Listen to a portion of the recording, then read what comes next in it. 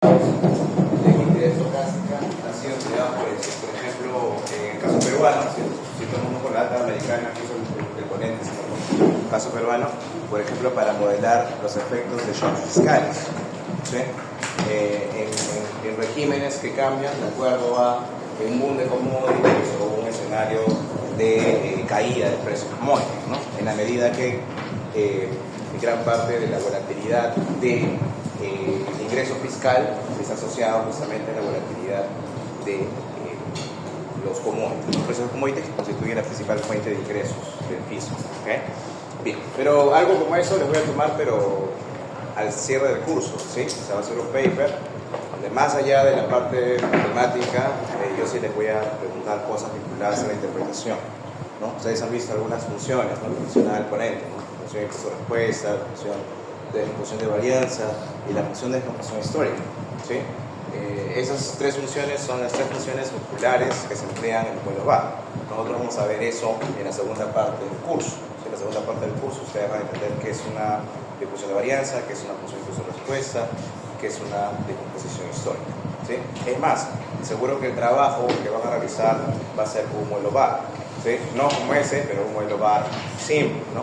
Escucharon que el ponente hablaba de un modelo VAR con valores constantes, ¿no? Ese es el VAR que vamos a ver nosotros. Luego viene el VAR con parámetros que cambian, y luego viene el VAR con parámetros que cambian más una volatilidad que cambia, ¿no?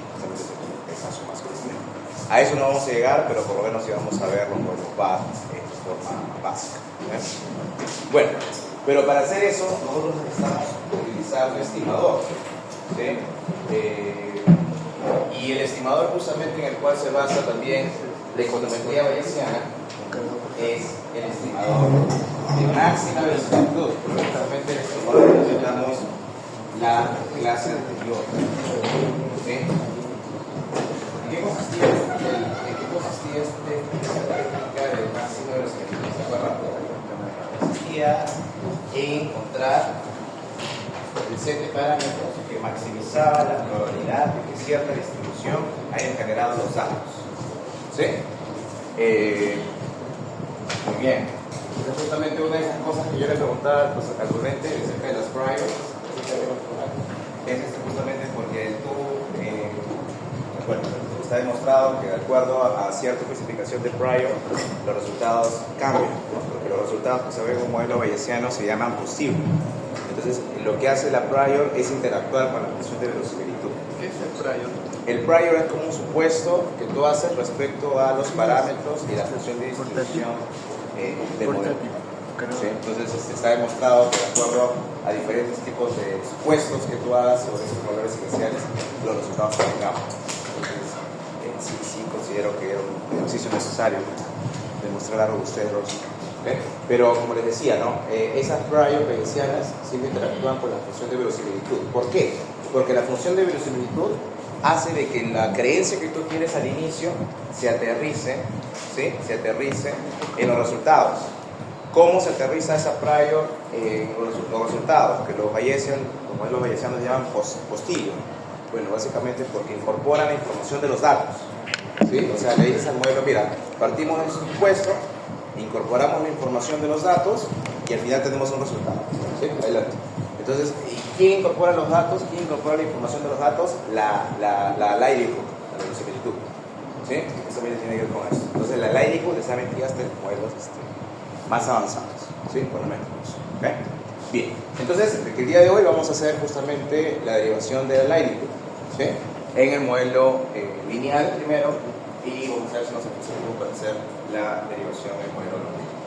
Bien, entonces, la clase pasada habíamos dicho que nosotros vamos a suponer que tenemos un conjunto de observaciones, ¿sí? Podemos decir que son tres observaciones, ¿no? Y lo que vamos a considerar es que todas estas observaciones han sido generadas por una misma distribución y están condicionadas a un set de parámetros. Si por ejemplo fuera una distribución normal, ese set de parámetros podría ser la media, podría ser la varianza, ¿correcto? Si estamos con una distribución chi cuadrada, esa distribución sería el número de grado de libertad, ¿sí? Y así sucesivamente. ¿Okay? Bien, pues este es un set de parámetros cualquiera. Entonces lo que habíamos dicho es que metodológicamente la función de densidad conjunta de los datos, dado el set de parámetros y la función de distribución, iba a ser igual a una función que vamos a llamar la likelihood, una función de verosimilitud, que en lugar de estar en función de los datos, era una función que estaba expresada en base al set de parámetros. ¿Sí? Y esto de aquí condicionaba la información de las observaciones. Justamente ahí viene la importancia de la likelihood, ¿no? Que la likelihood, su valor se establece sobre la base de las observaciones que tenemos en la data. ¿Sí? ¿Correcto? Muy bien. Bien, entonces este es el concepto de partida, ¿correcto? Entonces, lo que vamos a hacer a continuación es lo siguiente, ¿no? Vamos a considerar en este primer escenario, en esta primera parte del curso, ¿sí? Que estas observaciones son de esta forma. ¿Qué significa esa forma, esa notación? Idénticos, Son distribución idéntica e independiente. O sea, significa que cada observación ha sido generada con la misma distribución, ¿sí? Y su generación no depende para nada de la otra, ¿sí? O sea, las otras. O sea, cada uno ha sido un valor aleatorio independiente. Lo que me permite a mí expresar esta función de densidad conjunta como una productoria, ¿sí? ¿Todos de acuerdo con ese símbolo? ¿Sí? Una productoria de la función de densidad marginal de cada observación. ¿Sí? ¿Todos claros con esta notación? ¿Todos? Levanten la mano aquí. ¿Todos claro? ¿Sí? Es como que te dijeran, si tú tienes la función de densidad conjunta de dos variables aleatorias, si estas son independientes, eso es equivalente a la multiplicación de las dos funciones de densidad. ¿Sí? Estadística, ¿cierto? Y en este caso, nosotros consideramos que esta es la productoria, que se llama productoria, para no estar escribiendo los vocablos. Entonces, lo que voy a decir es que esta productoria, que va de 1 a t, ¿no? Es igual a la likelihood, que está expresada así. Le voy a llamar a todo esto acá el vector y. ¿Okay? Esa va a ser mi ley. Bien. Hasta ahí todo claro, ¿verdad? Esa es la misma notación de arriba, solamente que estoy utilizando aquí el escenario de que las variables son independientes. Entonces, lo que voy a decir aquí es lo siguiente. Voy a decir, ok, si yo aplico todo un logaritmo a esta productoria, ¿sí? Pues eso va a ser igual al logaritmo de L expresado en tiempo, ¿sí? Donde a este L de aquí le voy a llamar L chiquita, ¿ya? Voy a llamar acá el logaritmo de la productoria de f teta, y esto va a ser L chiquita de teta. O sea, al logaritmo de L mayúscula le voy a llamar L chiquita, y además, si yo recuerdo mi curso de matemática en colegio, el logaritmo de una productoria no es otra cosa que una suma de logaritmos de estos valores, ¿no? Pues la suma va de 1 a t, y eso es igual a L chiquita.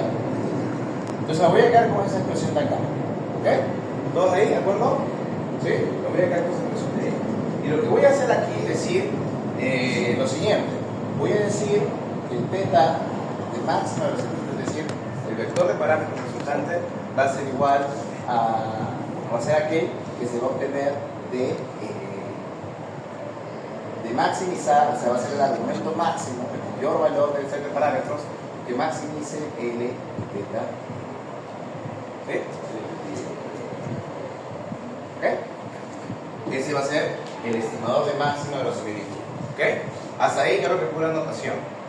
¿Sí? O sea, una notación a la cual he llegado a partir de esta fórmula que está aquí, la cual intuitivamente, la última parte, sé que estoy despierto, la última parte de la clase anterior, que era el equivalente a la credibilidad de que esta función de distribución haya generado los datos observados. ¿Sí? Mientras más creíble sea de que esta distribución ha generado estos datos, mayor es la probabilidad que está aquí, y eso es equivalente a decir a que mayor es la verosimilitud. ¿Sí? Muy bien. Entonces, en este caso, yo voy a representar esto de forma gráfica, justamente utilizando el gráfico del libro de William Green. Por ejemplo, voy a decir esto. Supongamos que yo tengo una función donde tengo un único parámetro. Yo digo, sea teta un parámetro de una distribución. Por ejemplo, podría ser el parámetro de una distribución tipo Poisson, que se llama, un lambda, ¿sí? Entonces podría ser un único set de parámetros, ¿ok? Entonces lo que voy a considerar es que esta función L va a ser una función, puede tener cualquier forma, pero voy a asumir esta forma, ¿ya? Yo tengo que L chiquita de teta dado I es un valor que va a cambiar de acuerdo al valor de teta, ¿sí? O sea, si yo tabulara el valor de teta que está aquí, por ejemplo, teta sub 0, el valor de L sub I chiquita sería este de acá. Si yo tabulara teta sub 1, sería esto de acá, y así sucesivamente, ¿no? O sea, puedo tabular distintos valores de teta, teta sub N, puedo tener acá distintos valores de L chiquita. Entonces, lo que me dice esto de aquí es que si yo quiero seleccionar el valor del parámetro que maximice esa función, pues ese valor que maximiza esa función, si vemos aquí gráficamente, ¿cuál sería? Sería este de acá, ¿no? ¿Ok? ¿Por qué ese de ahí? Porque en ese valor de teta yo alcanzo el máximo valor de L. Entonces, ese valor de teta que maximiza el valor de L chiquita será el que yo conozco como el estimador de máximo. O sea, el estimador de máxima similitud será aquel set de parámetros que maximiza la probabilidad de que esa distribución haya generado los datos. ¿Sí? ¿Ok? ¿Me siguen? Muy bien. Ok, claro, este de aquí es un caso perfecto, es una función con un único máximo, pero lo que vamos a ver justamente en el caso de los modelos no lineales es que puede ser una función que no tenga necesariamente un máximo global, sino que puede ser una función que tenga muchos máximos locales, como eso lo vamos a ver ya prácticamente. Bien. Entonces, vamos a hacer aquí un pequeño ejemplo, ¿ya? Un pequeño ejemplo que justamente es el que está en la diapositiva, ¿ya? La función que vamos a ver es esta. Vamos a utilizar una función de distribución, la cual va a ser esta de aquí, ¿no? El lambda por E a la menos lambda por Y multiplicada por lambda Y elevado a la X sobre X más 1. Acá es una distribución compuesto, Y es igual que 0 y lambda igual que 0. Vamos a leer una función de distribución que está en la diapositiva. Entonces lo que me dice aquí es lo siguiente, ¿no? Tengo la función de distribución y ¿qué más necesito para obtener el estimador? Necesito tener los datos, ¿no? Esta función L de acá se construye a partir de los datos. Entonces voy a considerar los datos siguientes. ¿Ya? Voy a tener aquí lo siguiente. Tengo acá estos dos valores, Y y X. Voy a considerar estos de acá. Y va a tomar el valor de 2, de 5, de 6 y de 7. Y los X va a tomar 4, 10, 18 y 20. ¿Sí? Esos son los datos, ¿no? ¿Cuántos datos? Son solamente 4 datos. ¿Ok? Entonces me dice, tienes la función de distribución, tienes 4 datos, determina el estimador que maximice la probabilidad de que esa distribución haya generado los datos. De forma sencilla, pero vos tenés. Determina el estimador que maximice la función de velocidad. Entonces, ¿qué tengo que hacer? Tengo que aplicar todo ese procedimiento. ¿Sí? ¿Cómo lo haríamos? Vamos a hacer rápidamente. Solución. Bien. ¿Qué es lo que haríamos al inicio? Tenemos la función de distribución, ¿verdad? ¿Qué tendría que hacer? Tendría que construir, ¿qué cosa? La sumatoria del logaritmo de esta función de distribución. ¿Sí? Desde 1 a 4, porque solamente tenemos 4 sumamos, con 4 observaciones. Muy bien. Si ustedes le aplican el logaritmo esto de acá, ¿cuánto sale? Ay, no, perdónenme. Primero vamos a calcular la función de densidad conjunta, ¿no? O sea, si quiere el logaritmo sumatoria de 1 a 4 del logaritmo de f.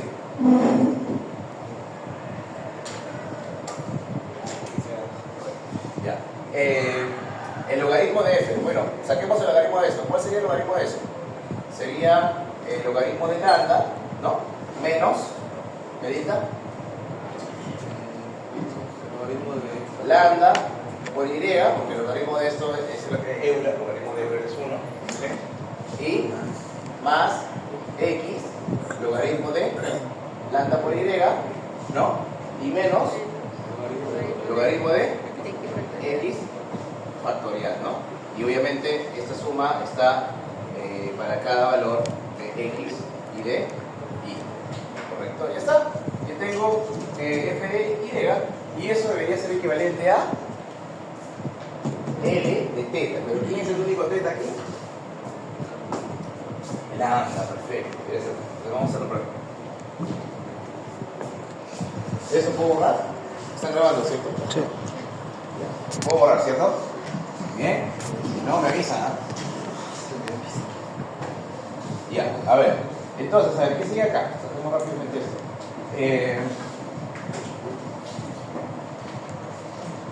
Muy bien. Bueno, simplemente lo que sigue es decir que esto de acá es nada más y nada menos que el logaritmo, o sea, L chiquita de lambda en función a los datos, ¿no? En este caso sería, bueno, voy a poner acá lambda. La suma de la data está formada por x y por y. ¿Esto que es igual? Bueno, es igual a, por decir rápidamente, es una historia de 1 a 4 de logaritmo de lambda menos lambda por y, sí, y no, y más xy logaritmo natural de lambda y menos xy, logaritmo de xy factorial. Perfecto, ya está. Listo. Bueno, eso es como si fuera, si vemos acá, es 4 veces lambda, ¿no? Es como si fuera el logaritmo de lambda. Ese es como si fuera lambda por la suma de y sub i, más, bueno, pues sería la suma de x sub i por el logaritmo de lambda por y, menos la suma del logaritmo. Es un tema operativo, ¿cierto? De 1 a 4. Listo, ya está. Muy bien, ¿qué sigue? Ya tengo la forma de la función de verosimilitud. La función de verosimilitud, como podemos ver, es una función que está en base a lambda, ¿no? O sea, ¿cuál es el único parámetro que no conocido? Lambda, ¿sí? Porque yo conozco x, yo conozco y. Las observaciones están allá, ¿cierto? Acá yo tengo x1, x1, x2, x2, etc. Entonces el único valor es lambda. Por lo cual, si yo quiero tener lambda que maximice esta función, ¿qué tengo que hacer? Tengo que aplicar coeficientes de primer orden y tengo que derivar esta función respecto a quién? A lambda. ¿Y eso? Igualarlo a 0. ¿Correcto? Y eso igualarlo a 0. Entonces, ustedes hacen el cálculo ahí, metiendo los valores de x, los valores de y derivando, ¿ok? Bueno, esa derivación va a ser así. Cuando la suma de y, por ejemplo, ¿cuánto es? La suma de las y que están acá, 7, 6, 13, 20. Aquí, eso sería 20 y este de acá, no me equivoco, a ver, ponerlo acá,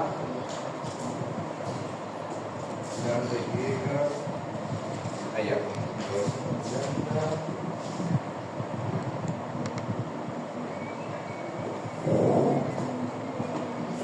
este sería 20, bueno, acá reemplazamos, ustedes reemplazan.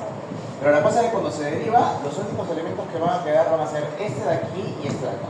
Este de acá su derivada es completamente 0, ¿sí? Estos dos también van a quedar y lo que nos va a salir es que lambda, despejando, lambda de máxima verosimilitud va a ser igual a 2.8. ¿Sí? Entonces hacemos el cálculo matemático de eso, ¿sí? Usando la derivada, el lambda va a ser de 2. ¿Ya? Si quieren acá tenemos algunos pasos adicionales. No estoy comiendo bien.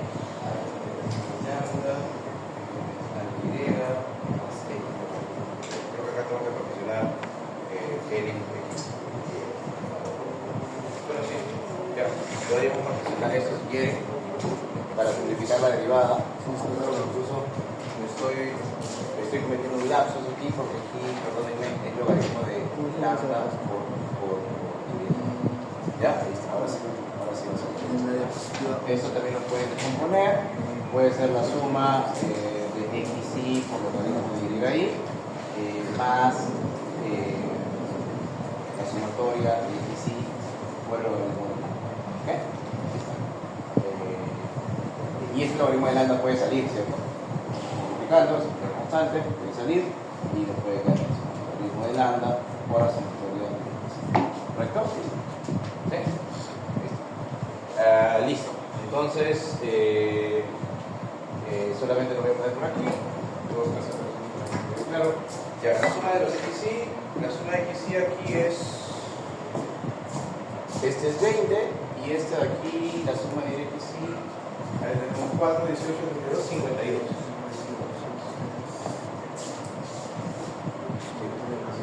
¿Sí? Entonces, lo que yo les decía es: si ustedes derivan esto y despejan respecto de lambda, les va a quedar así, ¿no? Juntemos acá, vamos a tener un poquito más. Acá tengo 52 veces el logaritmo de lambda, más 4 veces lambda, me va a quedar ahí 56 veces el logaritmo de lambda, menos, bueno, eso nos sale 20, 20 veces lambda, y este término de acá que no me importa, la suma de x y eso es lo que te va a quedar, menos la suma de logaritmo. ¿Está? Entonces me queda esta suma, ¿no? De 4 elementos, ¿cierto? Entonces si yo te digo acá, deriva, ¿sí? Deriva, lo primero que tú vas a hacer es derivar eso respecto de lambda. Si tú derivas esto respecto de lambda, ¿qué te va a quedar? Te va a quedar 56 sobre lambda menos 20 igual a 0, y ahí te sale lambda. ¿Todo claro? Eso es imperativo, no quiero detener mucho. ¿Sí? Pero de ahí sale el 2.8, etc. ¿Todo claro? ¿Sí? ¿Variar un poco la mate? ¿Sí? ¿Pero la lógica, la intuición se bien? ¿Sí? Muy bien. No, porque este es el ejercicio sencillo, entonces te vas a un poquito más complejo. En el no lineal, la derivación es un poco más compleja. Muy bien. Y lo otro que tenemos que hacer es, pues, verificar, esta es la condición que se llama la condición de primer orden, ¿no? Condición de primer orden, ¿verdad? La condición de primer orden me dice que si existe un máximo o mínimo, la derivada de ese valor máximo es 0. Pero ¿qué más se tiene que corroborar? Se tiene que corroborar la condición de segundo orden. ¿Qué te dice la condición de segundo orden en matemática? Que hay una condición de suficiencia que sea máxima. En este caso, ¿cuál es la condición de suficiencia? Que la segunda derivada de la función sea negativa, o sea, tiene que salir de esto. La segunda derivada, el logaritmo, acá te puse el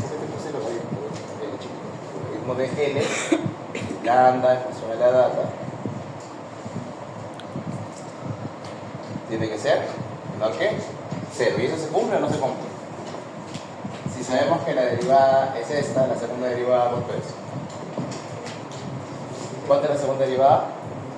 Chicos, exacto, menos 56 sobre lambda al cuadrado, y eso es negativo, obviamente, ¿no?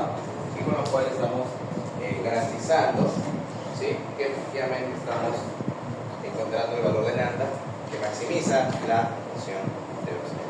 Recuerden, como regla práctica, que para poder garantizar que una función tiene máximo, tenemos que demostrar esa segunda condición para señalar que en el punto de maximización la función es convexa, ¿no?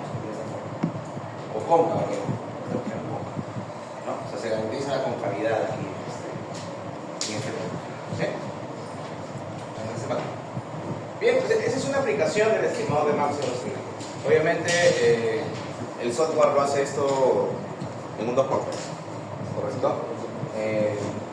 Y lo otro que quiero que tomen en consideración es que este lambda lo hemos podido despejar, lo hemos podido obtener, ¿sí? Esto se llama una solución de tipo analítica, ¿no? Recuerden que una solución analítica es cuando tú, haciendo los cálculos, obtienes un único valor del parámetro. ¿Sí? ¿Cuándo la solución no será analítica? Cuando no puedo obtener una única solución. No puedo obtener solución. ¿Sí? Bien, terminen de copiar esto, por favor, porque ahora lo que vamos a hacer es aplicar ese estimador a el modelo lineal. Modelo lineal. ¿No?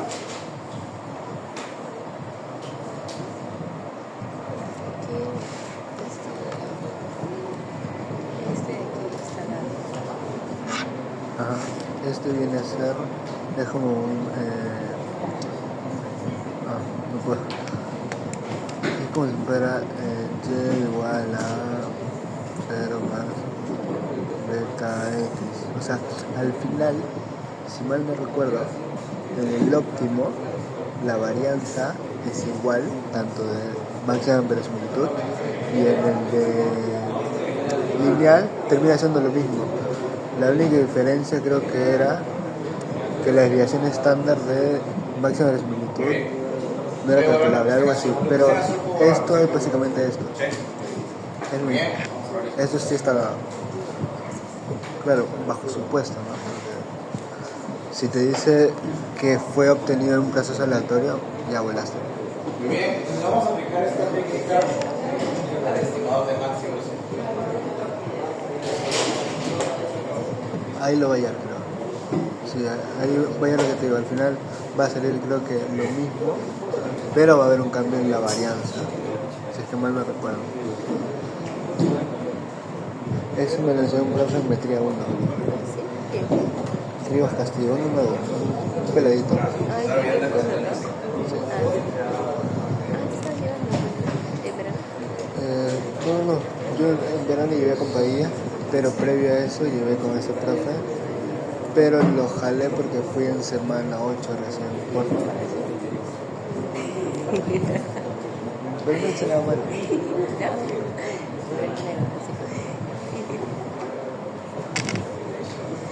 Pero sí, más o menos. No lo jugó así también.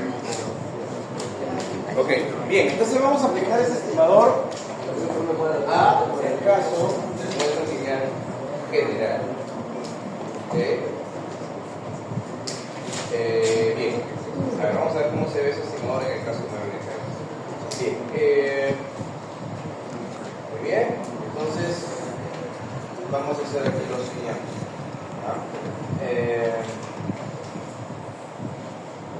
Muy bien, vamos a partir del modelo lineal general. Voy a colocar aquí aplicación en el modelo lineal general. Muy bien, tengo aquí yo el modelo lineal multivariado y voy a considerar un supuesto de distribución para el error. Voy a asumir que este error es distribuido normalmente, distribuido de forma aleatoria, independiente e idénticamente distribuida para cada observación. Bien, muy bien. Ahí está, ese es el modelo lineal general que voy a considerar. ¿Correcto? Muy bien. Entonces lo que yo voy a hacer aquí es lo siguiente. Partiendo de esa distribución que es conocida, ¿sí? Lo que voy a hacer aquí es plantear la función de verosimilitud a partir de las observaciones del término de error. ¿Sí? ¿Sí? De tal manera que estos errores bueno, están asociados a dos parámetros, ¿no? Está asociado al vector beta y está asociado a la varianza, que es el famoso parámetro que por acá. Y esto va a ser equivalente a la función de verosimilitud asociada a estos dos parámetros, ¿no? Y aquí obviamente asociado esto a la data, ¿no? Obviamente yo, si aquí aplico la regla que hemos visto que esto es la suma, ¿no? El logaritmo, la función de densidad con cada error, condicionado a esto, ¿no? Y eso es igual a n chiquita beta cuadrado. ¿Sí? ¿Sí? ¿Todos de acuerdo con la notación? Es lo mismo, ¿cierto? Lo mismo, solamente que aquí la variable es el error, ¿sí? La primera distribución está acá. Y por otro lado, el set de parámetros está formado por dos, ¿no? Ya no solamente el lambda, como vimos en el ejemplo anterior, sino que ahora tenemos el beta y el sigma. ¿Hasta ahí todo bien? ¿Sí? Una cosa que ustedes tienen que acordarse es la forma que tiene nuestro amigo ¿Qué forma tiene esta función? ¿Normal? Es la normal, la campana de Gauss, ¿no? Es 1 sobre la raíz cuadrada 2pi sigma al cuadrado por la exponencial de menos 1/2 del error sobre el cuadrado. Ese es la manera. ¿Sí? Muy bien. Entonces, lo que voy a hacer aquí yo es aplicarle de frente a estos logaritmos de frente. ¿Cómo sería? Sería la suma de, si yo aplico el logaritmo de esto, bueno, vamos a hacerlo paso a paso, sería, ahora mi corchete, el logaritmo de 1 sobre esto de acá, ¿no? Menos 1/2 de acá otra cosa. Esto de acá, este error también está al cuadrado. ¿Sí? Este error al cuadrado. Ya está. Muy bien. Y esto que es igual a L chiquita, que es de beta al cuadrado. Sumada a la alta. ¿Está bien? Esta suma va de 1 a. Vamos a hacer esta tema. ¿Hasta ahí estamos claros? ¿Eh? ¿Estoy yendo muy rápido? ¿Estoy yendo muy lento? ¿Estoy yendo a velocidad normal? ¿Estoy yendo bien? Sí. Veo muchas claras con dudas. Por eso pregunto. ¿Sí? ¿Todo claro con esto? ¿Sí? Hasta acá creo que todo bien. Esto está bien. Estadística. Y lo que estoy haciendo es aplicar logaritmo a esto que está dentro. El logaritmo de un producto es la suma de logaritmos. Logaritmo de este. Y este de aquí es el logaritmo de esto nada más, ¿cierto? El logaritmo que está, el menos que está dentro, el exponente, ¿cierto? Estoy bajando. ¿Ok? Muy bien. A ver, entonces acá, bueno, esto de acá lo puedo descomponer de esta forma. Miren, esto se puede expresar así.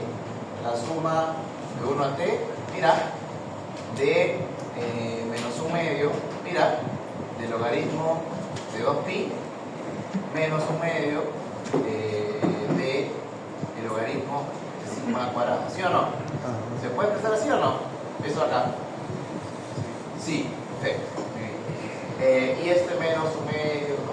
De i sobre sigma al cuadrado. Ahora vamos a dejar esta suma afuera. Esta suma vamos a ponerla afuera.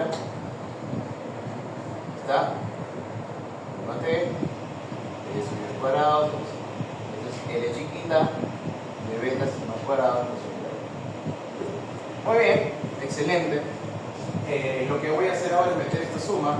Si ustedes suman esto t veces, aquí es igual. Este primer sumado va a ser igual a t medios del logaritmo de 2pi menos t medios del logaritmo de sigma al cuadrado. Perfecto, muy bien. ¿Y este de aquí qué va a quedar? 1 sobre 2 sigma al cuadrado de la suma de errores al cuadrado. ¿No? ¿Están de acuerdo todos? ¿Están de acuerdo todos? ¿No? ¿Por qué no?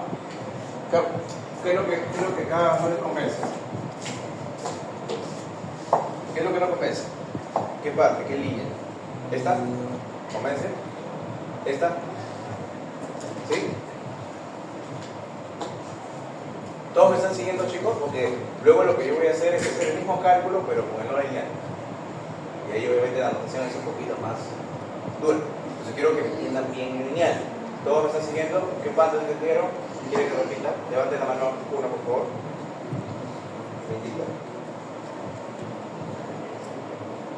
De la primera a la segunda línea podría... De aquí, ¿cómo voy a pasar de aquí a aquí? ¿Todos esa pregunta también la tienen? Perfecto. Ok, ¿cómo pasé de aquí a acá?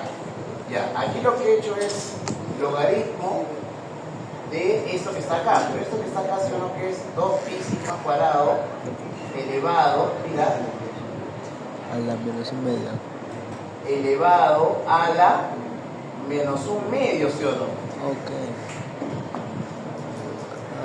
Entonces lo que he hecho yo es bajar el exponente y me he quedado adentro con logaritmo de 2pi.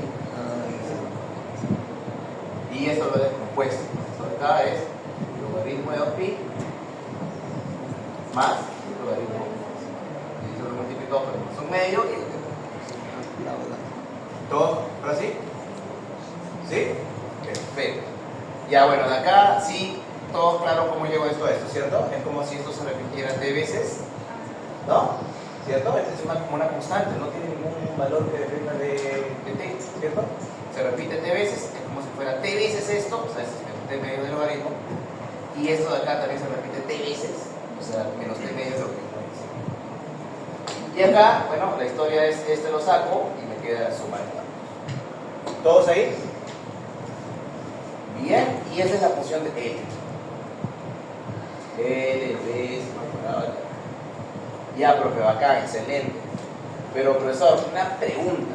Se supone que yo, una vez que ya tengo la forma de esto de acá, tengo que hacer la derivada, ¿no? Para aplicar primer orden, primer orden y segundo. Pero el tema es que acá no veo beta. ¿Dónde está beta? ¿Dónde está beta? ¿Cómo hacer la derivación si no tengo beta? Entonces tengo que hacerlo parecer a beta. ¿Cómo podría hacerlo parecer a beta? Con el error, ¿no? ¿Por qué? Porque yo sé, profesor, de mi curso de geometría 1, ¿verdad? Que el error es igual a... Bueno, acá se suma equivocado. Entonces lo tengo que hacer aparecer acá. Pero antes de hacerlo aparecer, ¿ya? Antes de hacerlo aparecer, yo voy a hacer recordar a ustedes que esto de aquí se puede escribir así. Y nadie me ve. Esa es la suma de elementos de un vector cuadrado. ¿Ya? ¿Por qué lo hago así? Porque quiero que se den cuenta de algo. ¿Qué es lo que me hace dirán? Quiero que se den cuenta de algo. Y creo que sea por, ¿verdad? Estamos en el fondo, como digo, ¿no? Entonces, veamos, ya vamos a llegar al resultado.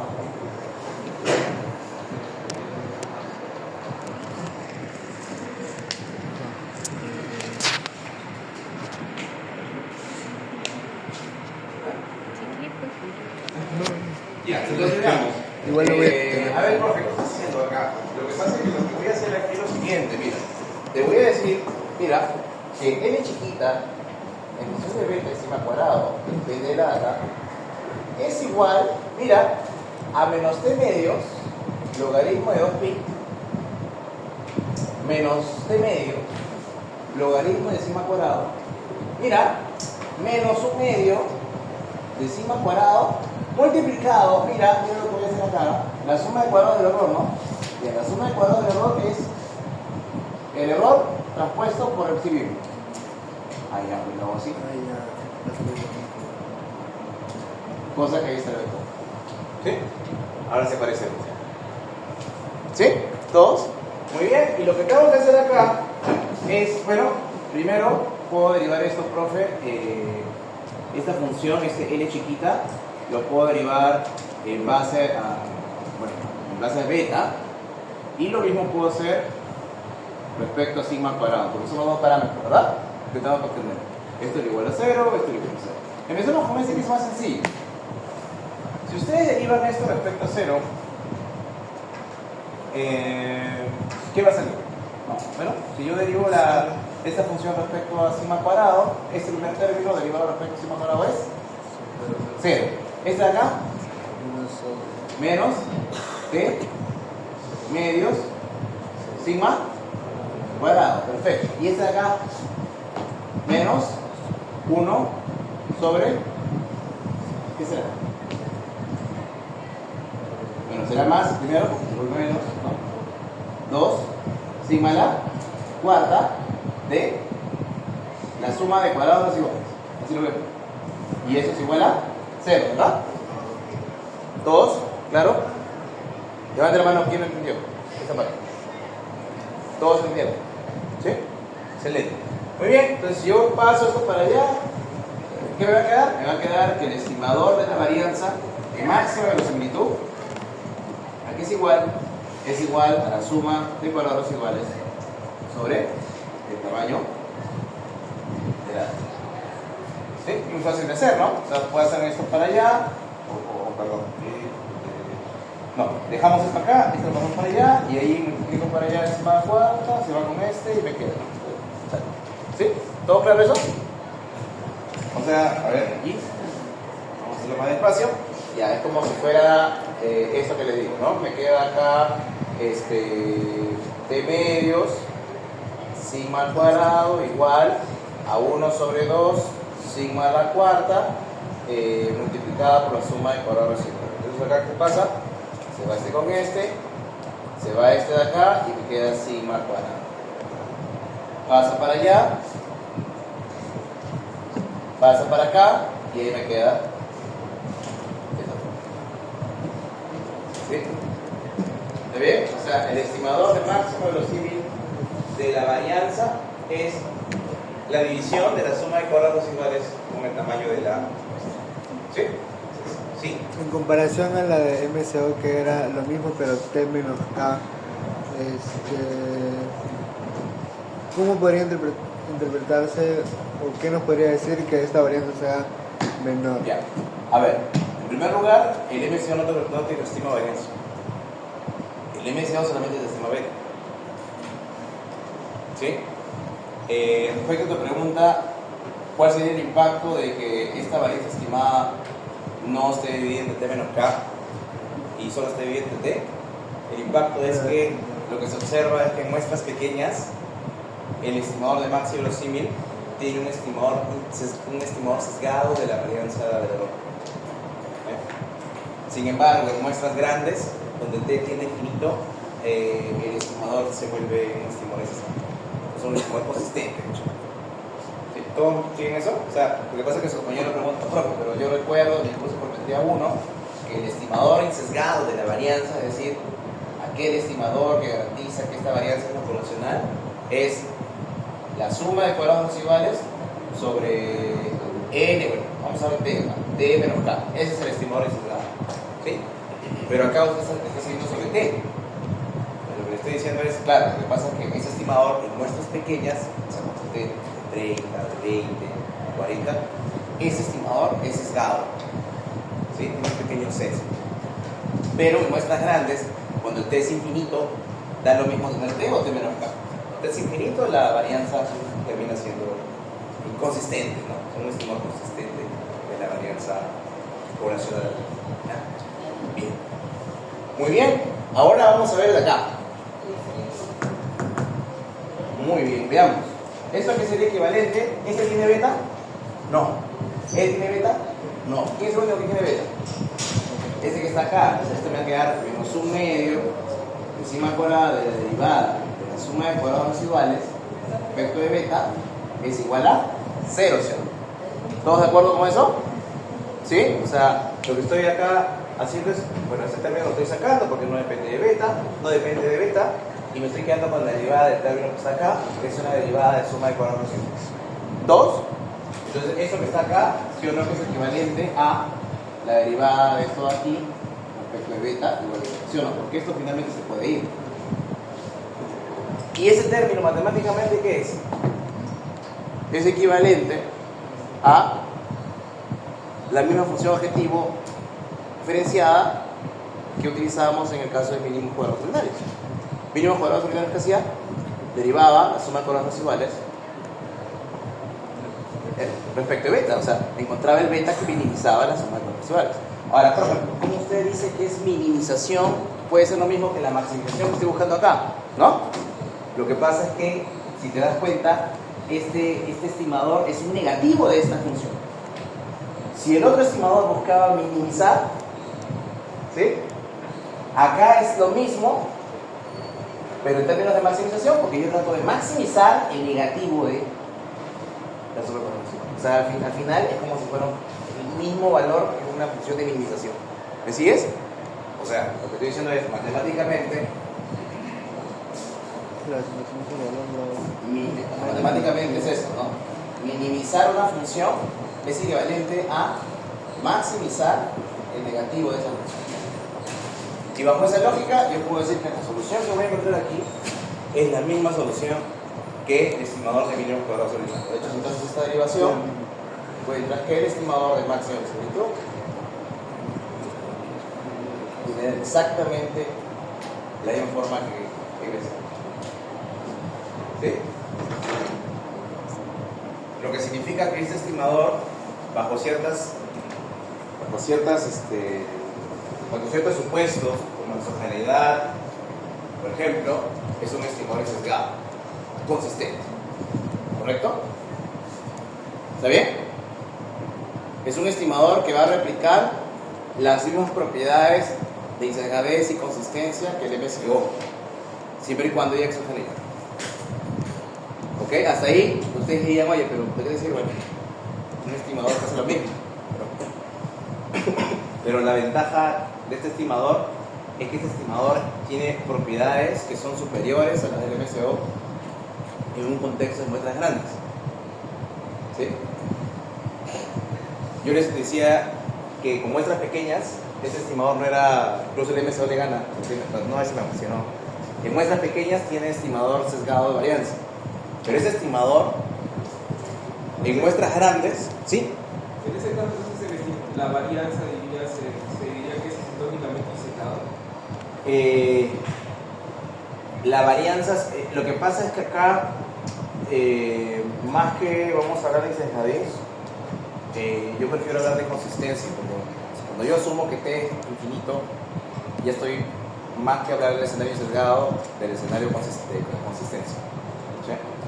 Entonces, lo que les decía es, en muestras pequeñas puede tener ciertos problemas, como este de aquí, pero en muestras grandes, o sea, cuando T tiende a infinito, o T de 1000 datos, 10.000 datos, etc., ese estimador tiene la ventaja de garantizar de que se obtienen estimadores consistentes, ¿no? Recuerden, ¿qué es la consistencia? Lo que vimos en la primera clase, ¿no? La consistencia significa que a medida que la muestra, el tamaño de la muestra tiende al tamaño de la población, o sea, por T tiene infinito, ¿qué ocurre? Ocurre que la distribución de nuestro estimador tiende a converger al verdadero valor poblacional, ¿no? Es como si fuera una distribución que se va a...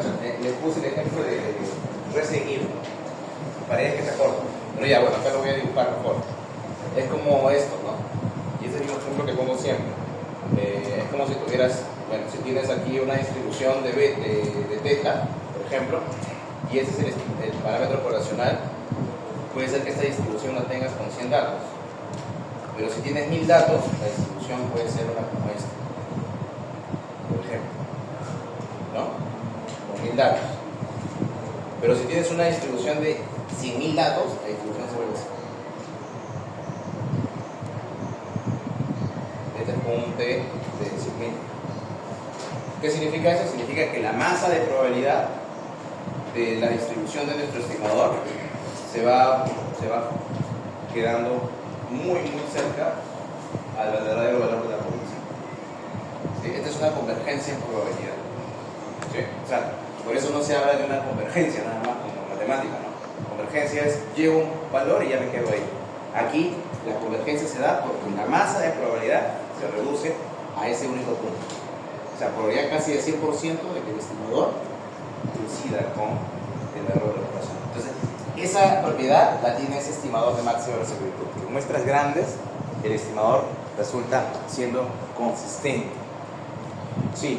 No estoy muy seguro de la pregunta, pero ¿se puede comparar las eficiencias de estos estimadores? Ya, ahí voy. Ya. Lo otro que vamos a comentar también a continuación, porque no tenemos muchas clases con eso, es que este estimador se ha demostrado que es un estimador que tiene menor varianza inclusive que el del MSO. ¿Sí? Pero profesor, ¿cómo es posible eso si acá no está saliendo eso? Lo que pasa es que tiene menor varianza en el contexto asintótico. ¿Sí? ¿Ok? O sea, es un estimador que alcanza, lo que se dice, alcanza la cota mínima de la varianza. O sea, todo estimador, dice la literatura econométrica, puede alcanzar un valor mínimo. ¿Sí? Hay un valor mínimo, ideal. Este estimador alcanza ese valor mínimo. ¿Sí? ¿Ok? En un contexto asintótico, como estas gráficas. Ese valor ideal, esa cota ideal, se le llama la cota inferior de Cramer-Rao. ¿Sí? Y como ese estimador toca ese valor, alcanza ese valor, se dice que es un estimador asintóticamente eficiente. Es un valor de mínima varianza. ¿Okay? Ahora, ¿por qué es más eficiente que el del MSO? Porque ese estimador asegura la eficiencia asintótica inclusive en un contexto no lineal. cosa que el estimador MCO no puede hacer. Porque el estimador MCO, como les hemos visto, depende mucho de ciertos escenarios. Es un estimador que estáticamente no tiene la partida de idea. ¿Ya? Muy bien.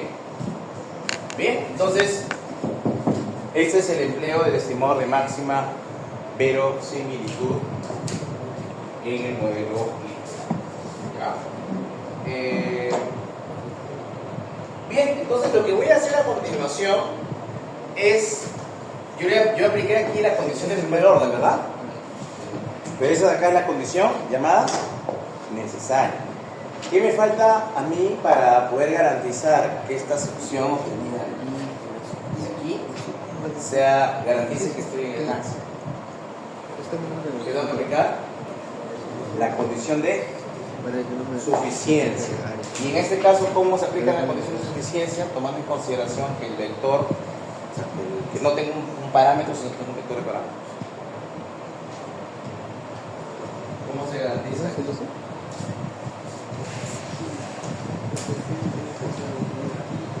Bueno, ¿qué tengo que hacer ahora? Tengo que emplear una matriz de segundas derivadas. ¿Sí? Y la condición suficiente es que esa matriz de dimensión 2 por 2, porque tengo dos parámetros, sea una matriz definida negativa. ¿Sí? Una matriz definida negativa. Vamos a ver eso.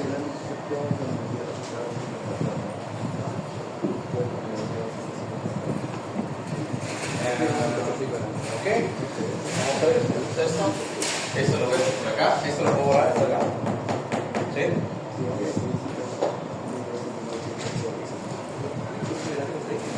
No, ni a balar,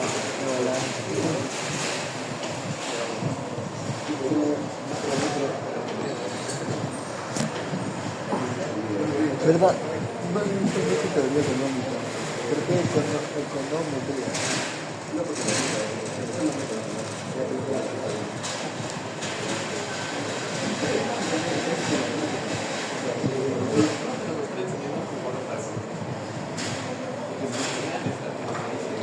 Muy bien, chicos. Muy bien, entonces vamos a encontrar la fórmula de la segunda derivada, ¿verdad? Veamos. Estas fueron las condiciones de primer orden. Y ahora voy a verificar la condición de segundo orden. Muy bien, recordemos que L de beta sigma cuadrado, que depende de la data, es menos T medio, ritmo de 2pi, menos T medio, ritmo sigma cuadrado, menos un medio sigma cuadrado de esto, ¿no?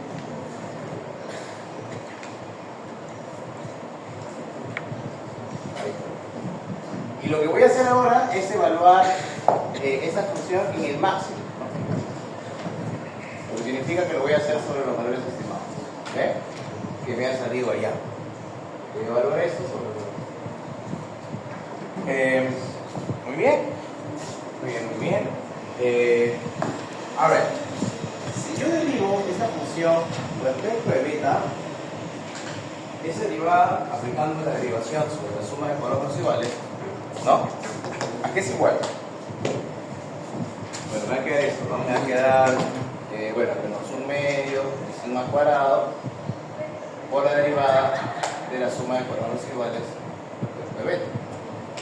Pero esto que es igual es un medio sigma cuadrado por la derivada de esto acá. Pero la derivada de eso de qué cosa es la derivada, acuérdate, de y transpuesta y menos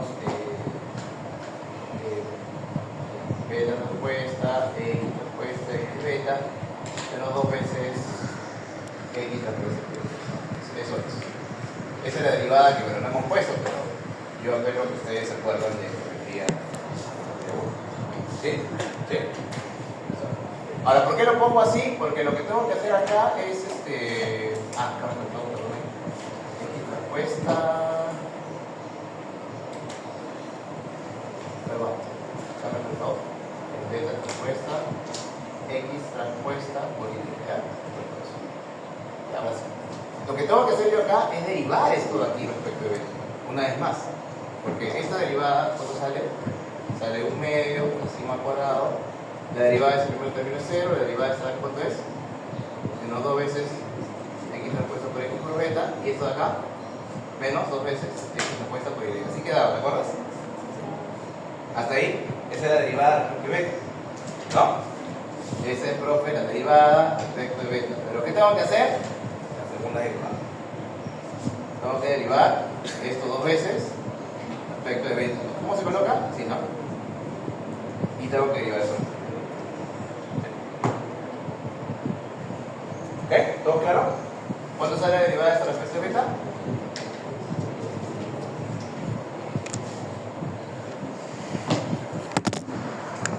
¿Cuánto sale eso, chicos?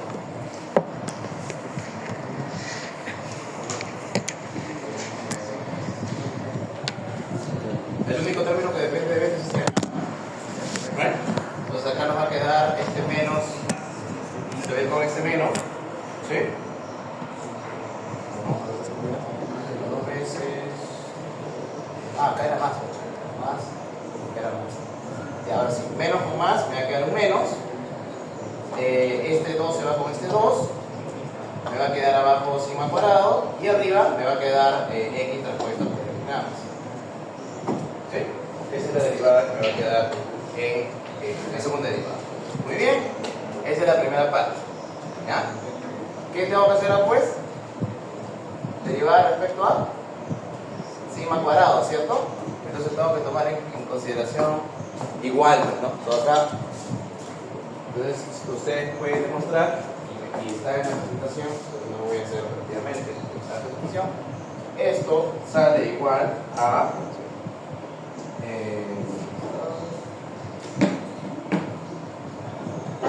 esto sale igual a n veces sobre 2 sigma a la 4. ¿Ya? Esto revísenlo por favor en la PPT. En la PPT está la derivación matemática. ¿Sí? Háganlo como de práctica. ¿Sí?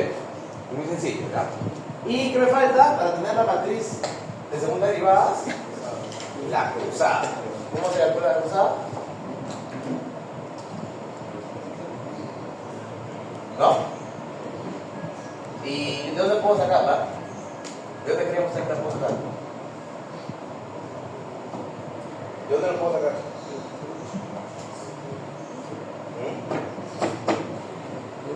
¿De dónde lo podría sacar? De aquí, pues. ¿No? Si acá tiene la derivada respecto de beta, deriva una vez más respecto de sigma cuadrado.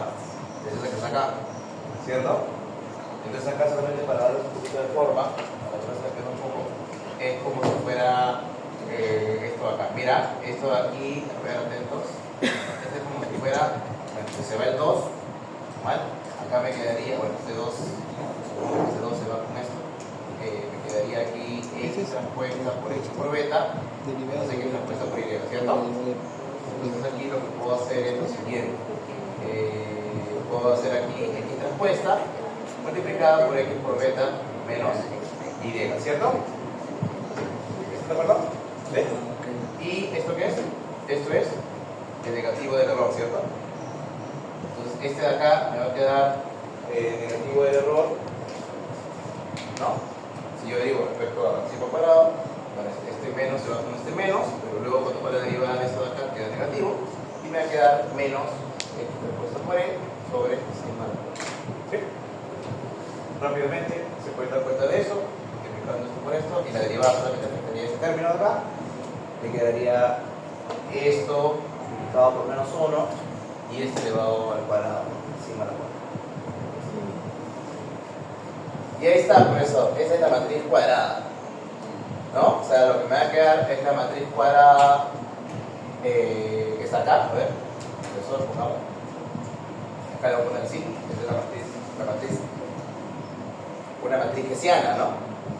Sería acá menos x transpuesta x sobre sigma al cuadrado, y por acá estaría n sobre 2 sigma a la cuarta, y aquí menos x transpuesta por e sobre sigma a la cuarta, y aquí menos x transpuesta por e sobre sigma a la cuadrado.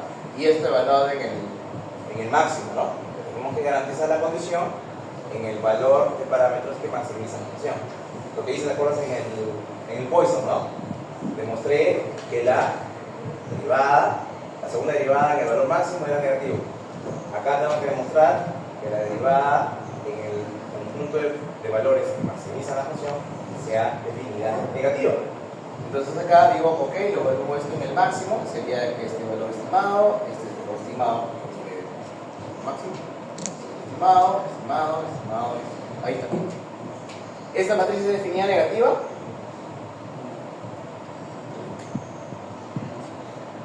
Sí, ¿por qué? Porque este valor es negativo. ¿Sí? ¿Se acuerdan? Eso es base en álgebra matricial. ¿En qué curso han visto matriz definida negativa o positiva? Depende del profe. ¿Ah? Depende del profe. Depende del profe. Ya, pero cuando tienes una matriz cuadrada, ¿sí? O una matriz, si quieren así, de submatrices, el término, si tú quieres demostrar que esa matriz completa es definida negativa, en la submatriz que está en la parte inferior, izquierda superior, tiene que tener valores negativos. Y acá se cumple, ¿no? Porque si tú lo llevas a una escalar, es un valor positivo, ¿no? Una suma de cuadrados, ese valor también, y el resultado es negativo. Con lo cual se demuestra la función ciencia de esta máxima. ¿Ya? ¿Está bien? Ese es el paso 1. ¿Ya? Y lo que vamos a hacer ahora es expresar a la cota inferior de Kramer. O sea, vamos a encontrar los valores mínimos que alcanza la varianza en un contexto. Muy bien, eso lo voy a hacer acá. Y presten atención porque es posible que eso sea un error. ¿Ya? Obtener la cota inferior de Kramer. Esto puedo borrar, ¿no? O una parte nada más. ¿Sí? ¿Puedo borrar?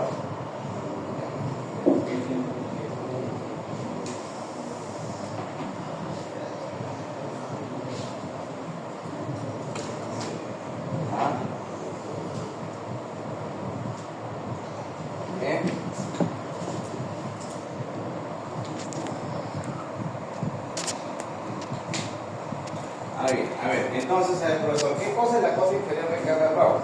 La cota inferior de Kramer-Rao, chicos y chicas, se denota de esta forma.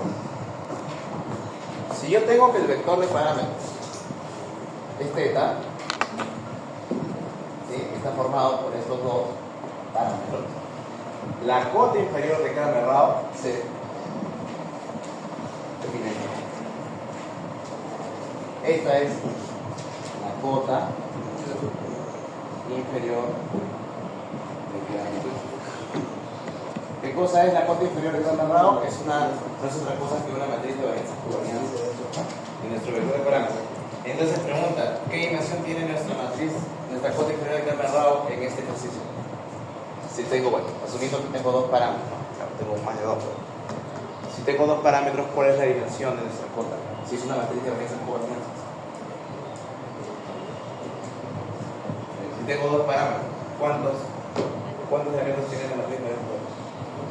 Tiene 4, una cuadrada, ¿de acuerdo? Muy bien, entonces acá, efectivamente, esta es una cuadrada y bueno, vamos a considerar que por literatura, la cota inferior de Kramer-Rao, miren bien, es la inversa, mira, es la inversa del negativo de la esperanza de el hessiano, que ya calculé menos mal. O sea, si tú quieres llegar a esta cota, tienes que hacer esto. Tienes que calcular el hessiano. Con lo cual, profesor, en términos prácticos, ¿a qué equivale eso de ahí? A ver, equivale a calcular la esperanza de los términos que están acá. O sea, el negativo, profesor, de la esperanza del primer término sería menos x respuesta x sobre sigma al cuadrado, ¿no? negativo, profesor, de la esperanza de x transpuesta por e por sigma a la cuarta, igual acá, ¿no?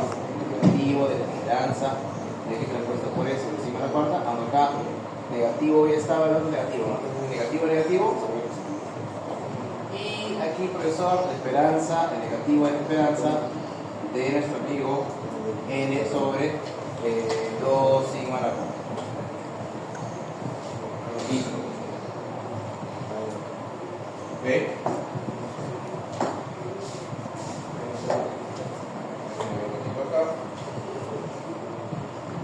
Una cosita nada más que lo veo. Creo que está aquí. A ver. Creo que está aquí también negativo. Negativo. ¿Cuál es el segundo? Perfecto, ya está, profesor. Ajá. Aquí, términos que puedo cancelar. Si mi estimador si mi modelo no tiene variables exógenas, ¿a cuánto es igual a esto? Cero, ¿verdad? Este es cero, profesor. Correcto, este es cero. ¿Y este de acá también? Cero, profesor. Perfecto. Ajá. ¿Es cero sin esperanza o con la esperanza? En realidad, con la esperanza, porque aquí estamos aplicando la esperanza. ¿Sí? Pero no se cumpliría la condición de ortogonalidad. En principio sí, si este fuera el error estimado. Sí, en realidad sí. La condición de ortogonalidad se cumple por la condición de optimización. Sistema que se llama. Entonces era cero inicialmente allá también. Sí, en realidad no puede ser cero, pero vamos a asumir que es aproximadamente cero. Para volverlo acá a tocar. ¿Sí? Ya, este es 0, 0, y acá que me queda, bueno, me quedaría esto de acá, valores fijos, esto es valor indicado. La varianza me va a quedar así, ¿no? Me va a quedar x transpuesta de x sobre sigma cuadrado, y este me va a quedar n sobre 2 sigma a la cuarta. ¿No? Son valores fijos, no tienen nada, 0 y 0. Y hasta la menos 1. ¿Está ahí todo claro? ¿Sí?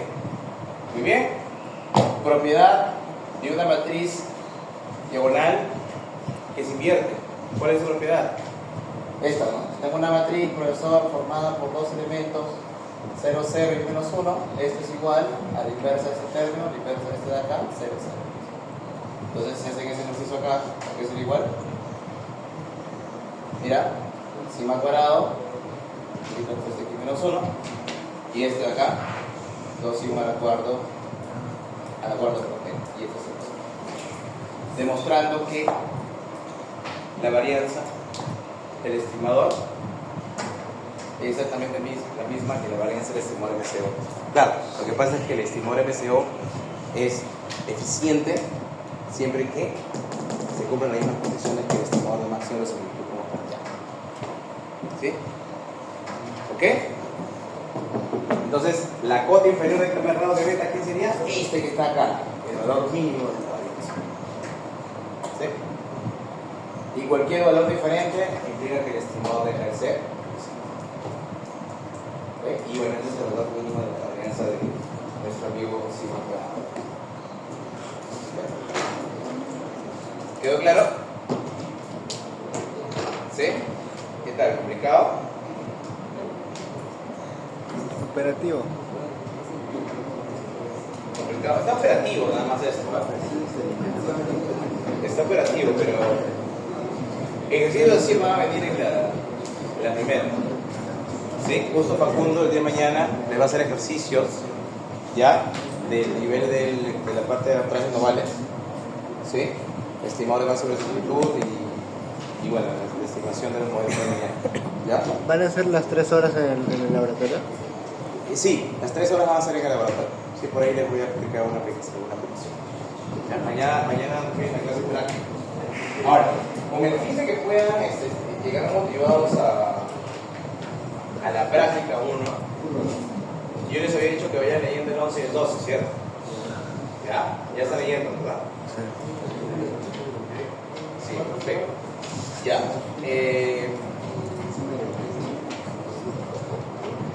Ya, lean porque la próxima semana deben tomar un control del capítulo 11.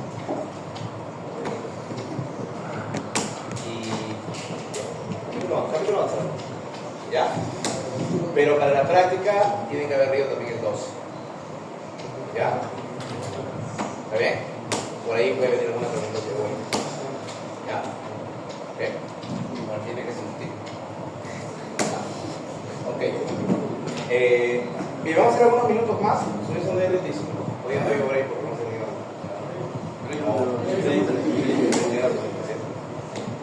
lo último que voy a hacer es solamente presentar un resumen de las estadísticas de diferencia que me demoran 10 minutos máximo. ¿Okay? ¿La lista dónde está? ¿Todo firmar la lista?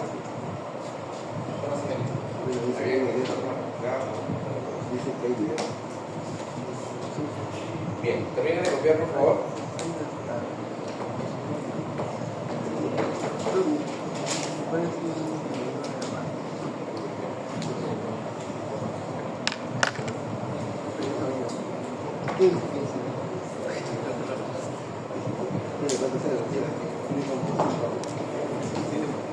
Bien, entonces esto acá, por acá fue que al final.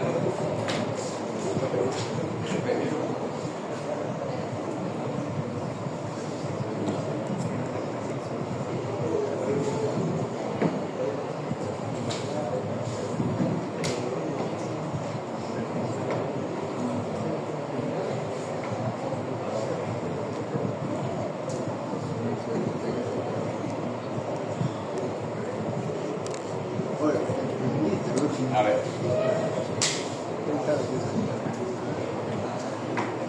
Pero inferencia, ¿ya? Inferencia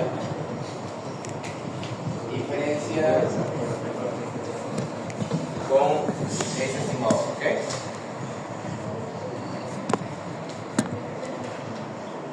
Bien. Ok, veamos. Nosotros hemos visto diferencia en el repaso, ¿verdad? El repaso que hice la clase pasada, vimos que la diferencia la habíamos expresado en base a restricciones, ¿cierto? Restricciones lineales, ¿no? ¿Cómo se habían expresado las restricciones lineales? Bueno, si yo tenía, profe, un modelo lineal, las restricciones lineales yo las había planteado así, ¿te acuerdas? El famoso R por beta igual de B chiquita. ¿Recuerdas? Punto de restricciones lineales. ¿Sí? ¿Ok? Muy bien. Mira lo que voy a hacer. Voy a considerar dos escenarios, ¿ya? Voy a considerar el escenario que voy a llamar el escenario no restringido. El escenario no restringido va a ser el escenario donde yo voy a maximizar L de teta, de los datos, libre de restricciones, ¿sí? O sea, sin ninguna restricción. ¿Ok? Y voy a tener, por otro lado, un escenario restringido. El escenario restringido va a ser aquel escenario donde yo también voy a maximizar L de teta, pero donde voy a sujetarme a la existencia de esta restricción. ¿Sí? O sea, el caso de arriba sería como la maximización que hemos estado haciendo, simplemente derivar L chiquita en base a teta igual a 0 y ver qué sale. ¿Sí? Esa solución le vamos a llamar la solución de los estimadores del modelo no restringido. ¿Sí? Y a este de acá, donde yo voy a maximizar esta función con estas restricciones, le voy a llamar la solución de parámetros restringidos. Obviamente, para yo hacer esto, necesito utilizar una función lagrangiana. Un lagrangiano, ¿no? O sea, tendría que ser L chiquita más lambda transpuesta, que es lo multiplicado de Lagrange, multiplicada por R chiquita menos R beta. Yo no voy a hacer todo eso, ¿ya? Pero si derivamos ahí, nos va a salir un teta diferente al teta. No lo sé. ¿Ya? Eso es que sé. No lo voy a hacer. ¿Ya? Pero lo importante aquí va a ser lo siguiente. Se supone que cuando yo estimo este de acá, este no restringido, yo voy a tener asociado el L chiquita evaluada en dicho valor, ¿verdad? Y cuando yo tengo este de aquí, voy a también tener L chiquita evaluada en este valor, ¿no? ¿Cierto? ¿Me siguen ahí? O sea, primero, obtengo un valor no restringido, que significa significa valor libre, ¿no? Y su logaritmo, ¿no? Y tengo un valor obtenido en base a restricciones y que también tiene su logaritmo. Entonces, por un momento voy a volver al gráfico que yo les puse anteriormente. Yo les puse este gráfico de acá, ¿se acuerdan que era Poisson? ¿Cierto? L de teta, de la data, y este es teta. Este valor libre de restricciones es el valor pues, que se obtiene maximizando la función. Entonces el valor no restringido. El no restringido siempre es el valor que maximiza. Pero el restringido es el que maximiza sujeto a una restricción. Supongamos que me dicen que la restricción es que solamente puedo emplear, por ejemplo, esta parte de acá. Ejemplo. Pero no puedo tocar este valor de acá. Supongamos. ¿Cuál sería el valor, el valor restringido? Para hacer más de otra forma. Supongamos que me dicen que esta es la restricción. ¿Ok? La restricción aplicada sobre el teta. Si me dicen que yo solamente puedo maximizar en esta parte de la función, ¿cuál sería el valor de teta no restringido? El valor de teta restringido sería este acá. ¿Así es? O sea, cuando tú tienes restricciones en un problema de maximización, el valor restringido no termina siendo igual que el valor no restringido. ¿Ok? ¿Ok? Y obviamente eso qué significa? Significa que el logaritmo de el L de teta R, puede ser diferente del L del teta no R. Puede ser diferente. Entonces, lo que yo voy a decir es lo siguiente. Miren, lo que yo voy a decir es lo siguiente. Si quisiera corroborar que las restricciones planteadas son válidas, ¿no? Porque eso siempre quiero hacer, ¿no? Tengo una hipótesis y le pregunto al modelo, ¿eso que yo estoy preguntándome es válido? Si yo quiero demostrar que esas restricciones son válidas, lo que econométricamente debo demostrar es que la diferencia del L no restringido con el L restringido debe ser igual a 0. O sea, si las restricciones son válidas, las restricciones deberían ser tal que no afectan significativamente el valor máximo que yo obtengo en un escenario libre de restricción. ¿Ok? Porque si fuera el caso que en incorporación de restricciones genera que estos valores sean notoriamente diferentes, en ese escenario voy a decir que las restricciones están en ¿de 100? ¿Ok? Es como que yo te dijera, ¿no? Por decirte algo. Supongamos que este valor es 2.8. ¿Correcto? Y me preguntan, hipótesis, ese valor es 2.6. ¿No? Me dan esta restricción. ¿Y yo qué hago? Ah, mira, calculo el valor del logaritmo en este valor restringido y lo comparo con el valor del modelo restringido.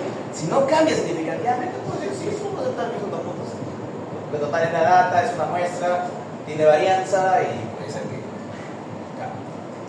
Pero ¿qué pasaría si yo te digo, oye, teta es igual a 0? Y 0 está por acá. Está muy lejos, ¿no?